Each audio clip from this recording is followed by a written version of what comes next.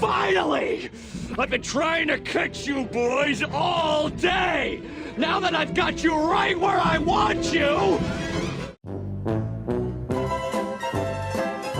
Hey guys, thanks so much for clicking on an episode of Side Flick. My name is Chris. We've got some movie news to dive in here today. Just a reminder, because I still get asked all the time, why do I call it Side Flick? Side Flick is the side chick to our movie news, where we dedicate time to some of the smaller movie news stories that maybe did not deserve their own big video, but it's still stuff I definitely wanted to talk about and bring to you guys. And some of the stuff that we're going to be talking about here today is, one, we have Venom 2, of course, getting delayed. We all expected that, but there's also been a little toy leak possibly giving us a hint to what Carnage is going to be looking like. A couple of horror updates that I've been dying to talk more horror here on the channel. I know it feels lately like a lot of superhero stuff, but we're talking about the Texas Chainsaw Massacre reboot and possibly even a reboot to the Leprechaun, as well as a couple of clips from Godzilla Vs Kong and so much more. So I'm going to need you guys to give me your opinions down below with all the movie news we discuss here today. Also kind of curious to know today, are you guys going to be watching the Zack Snyder Justice League or Falcon and Winter Soldier? I think a lot of us are going to be watching both either way, but which one are you watching first? That's the real question. Alright, so jumping straight into this with the first movie news topic here is a movie I'm still super excited is happening, not only because it's being directed by the director of Godzilla Vs Kong, but it's a classic from my childhood that I remember watching with my dad, and that is the sequel to Face Off. There might still be a lot of you guys out there who have not watched Face Off. Highly recommend it. It's just a classic 90s action movie that doesn't really get made today, and some of the updates on what is happening with this sequel have me even more pumped up. Right here we have a nice lengthy interview with director Adam Wingard, who is already confirmed to do this Face-Off sequel, and he lets us know a whole bunch of details about this movie. For one, he confirms that the Face-Off sequel will be rated R, just like the original. Even going a little deeper on what we can expect from this action movie, he says doing a sequel to Face-Off kind of gives us the permission to go back and make this sort of mainly driven action movies, violent rated R action movies that you don't see nowadays. I think because there's not a lot of that, that's what makes it unique, and I think that's why people are so interested. Oh, this might be kind of a throwback in a way that's very interesting and still modern at times. I love that he does mention that, because now in the age of superhero movies that, of course, I love to death, my Spider-Man, my Marvel, my DC, the traditional action movies that we got back in the day, like your Speed or your Die Hard or your Face Off, those movies don't really exist that much anymore, and if they do, they're kind of a straight to Netflix type of movie where we just miss out on the regular human guy who has a mission to do. There's explosions, there's bombs,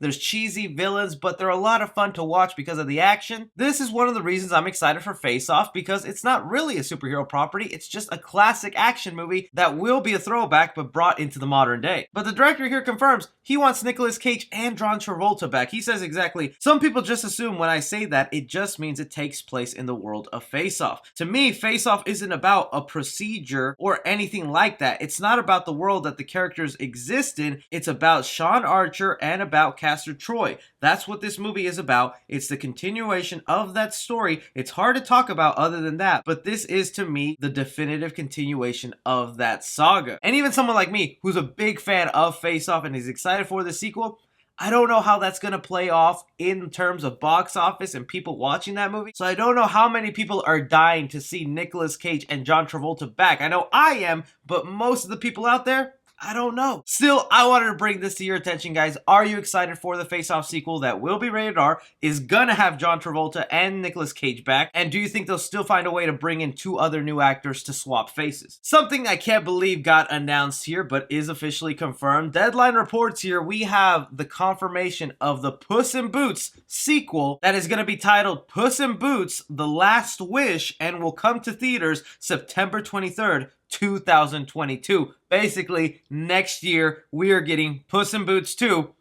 but the Lord did not bless us with Shrek 5.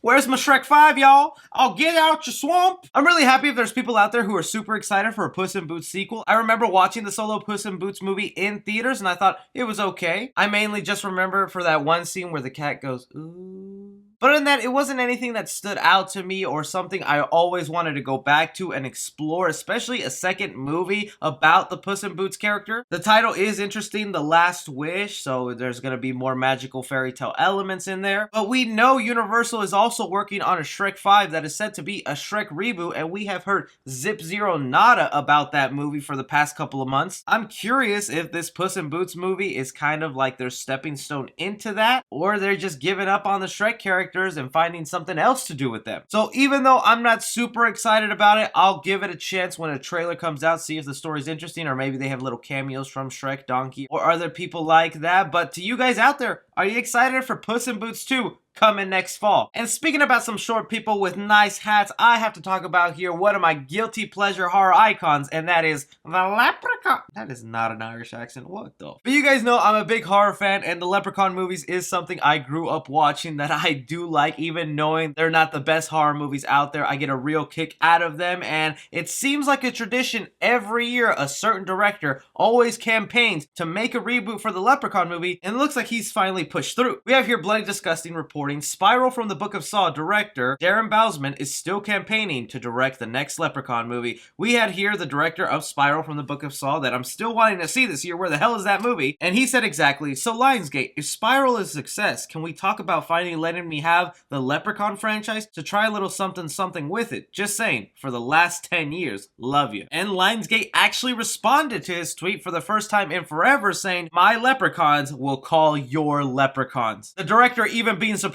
himself and going, alright family, making progress here. This is the first time they've acknowledged what needs to happen. And even though this isn't a full confirmation or even a guarantee that we're going to be getting a whole Leprechaun reboot, even though we kind of already got one that went straight to TV on the Sci-Fi Channel, that as far as the quality of the Leprechaun movies go, I didn't think that movie was half bad. But a theatrical reboot of the Leprechaun character with some nice Hollywood money thrown in there, I think could be so much fun. And this director has made some pretty good horror movies in my opinion. Not only the Spiral from the Book of Saw looks good, but he's also been responsible for a lot of the better Saw sequels out there. I think there really is a good chance if people go ahead and praise Spiral from the Book of Saw enough, Lionsgate might be like, alright, looks like you know your horror characters. Here's a Leprechaun, give us something good. I would hope they bring back Warwick Davis because I think he's just an iconic Leprechaun, but if not, it could be a passing of the torch. It doesn't have to be that exact Leprechaun. I'm pretty sure they're all evil little gold hungry monsters. So you guys hear about this out there, that this director wants to reboot the Leprechaun franchise. Would you be willing for a theatrical reboot for it, or would you rather just get a TV sequel to the movie they already made on the Sci-Fi Channel? Talking about some obscure characters here that I can't believe are getting movies, is we got the announcement that DC has greenlit another superhero movie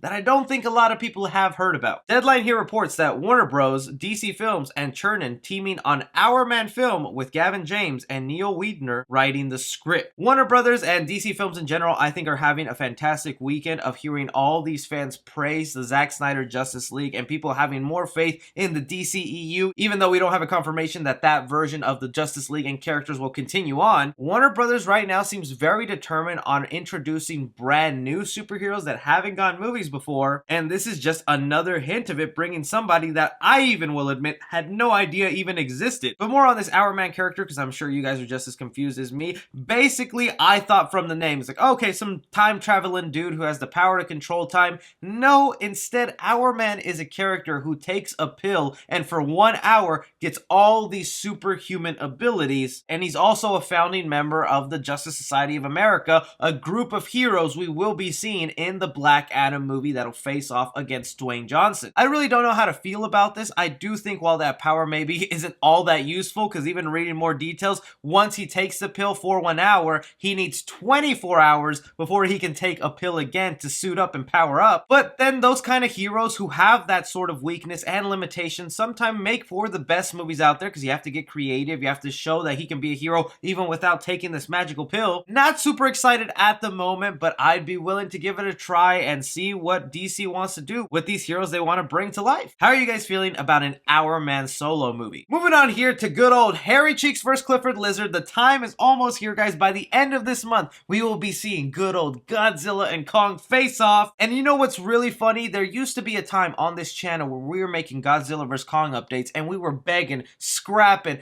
on our knees to Warner Brothers, like, just let us see some footage. Cut to the movie almost coming out. It feels like they're releasing a little too much. I think they even stopped giving a crap crap about whole Mechagodzilla as part of the movie, even though they don't want to show a trailer of that yet. Because I get messages from you guys all the time going to your local Walmarts and already being able to buy the Mechagodzilla figure in stores, and even the official Funko company themselves showed their official look of the Mechagodzilla Funko Pop. It's like, there's no secret. Aside from that, they have released a couple of clips online that I definitely do want to dive into. One clip that was released just a few days ago was of Kong, what seemed to be him in Skull Island and in this jungle location, to then where he immediately grabs a branch, throws it in the air, only to realize he's in some sort of dome, self-contained. I think this was kind of a cool clip and is just a modernized version to what they do to the King Kong character, where he's always kind of brought in for the entertainment of other people, similar to how you could buy tickets and see King Kong at a theater in the older movies. This is just kind of a more updated version of that, and I love it. The other clip that was just released that I found last night was of King Kong on the boat being taken to either this location where he's going to be trapped in this hologram dome, but it's just a sweet interaction between the little girl who communicates with Kong, that also letting us know that she is deaf and can't hear all the big roars that King Kong is always making it, probably why she's not that scared of him. And it scares me they might be humanizing Kong a little too much and pulling at our heartstrings, because he'll be the one that falls, because I will be crying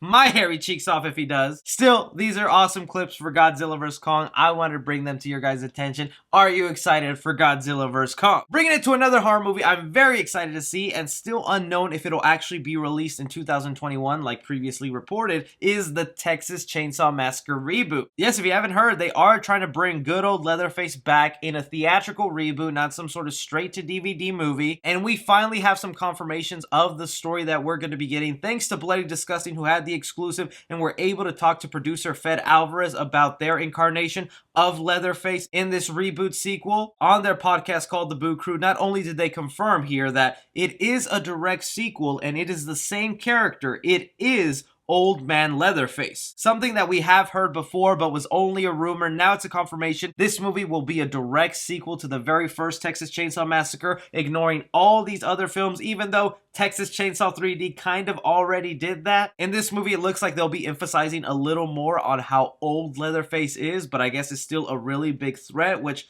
curious to see how that will go. But aside from that, the other interesting things they mentioned about this Texas Chainsaw Massacre reboot that got me really pumped is he says here, everything is classic, old school gags. A lot of the approach that we had with the Evil Dead reboot, never VFX, to do everything on camera. It's very old school approach to filmmaking. Vintage lenses, it's very similar to the original film. That right there should prove to you they actually care about the Texas Chainsaw Massacre character. They're not just trying to make another garbage sequel. At least I hope that's not the case with this movie. But Fed Alvarez being a producer and kind of overseeing things right here does make me feel better, because I really liked his reboot of the Evil Dead, even though that universe didn't continue. And the practical effects there were on point, to now knowing the practical effects here on the Texas Chainsaw Massacre reboot are gonna be old school. They're going with old lenses. They're trying to give it that old feel. It's dedication that is needed for the Leatherface character, because I know he's gotten a lot of poo-pooey sequels and people have just kind of fallen out of favor for good old Texas Chainsaw. So you guys hear these details here about Old Man Leatherface. That would be a great title. I hope that's what they title this movie. Are you happy about it? And what do you think of the approach they're taking with the practical effects? Alright, speaking on here on Venom 2, you might have heard of it by now. Yes, the movie did get delayed. We all kind of expected that when Fast and Furious 9 decided to put their release date on the exact same day that Venom 2 was coming out, so it was only a matter of time before we heard this news, and even though it happened, it still stung a little bit. The movie got moved from June 25th all the way to September 17th of 2021. I think we gotta be thankful this movie is still coming out in 2021, so hopefully that will be the case come September, and then it only makes it a couple months away from Spider-Man No Way Home, so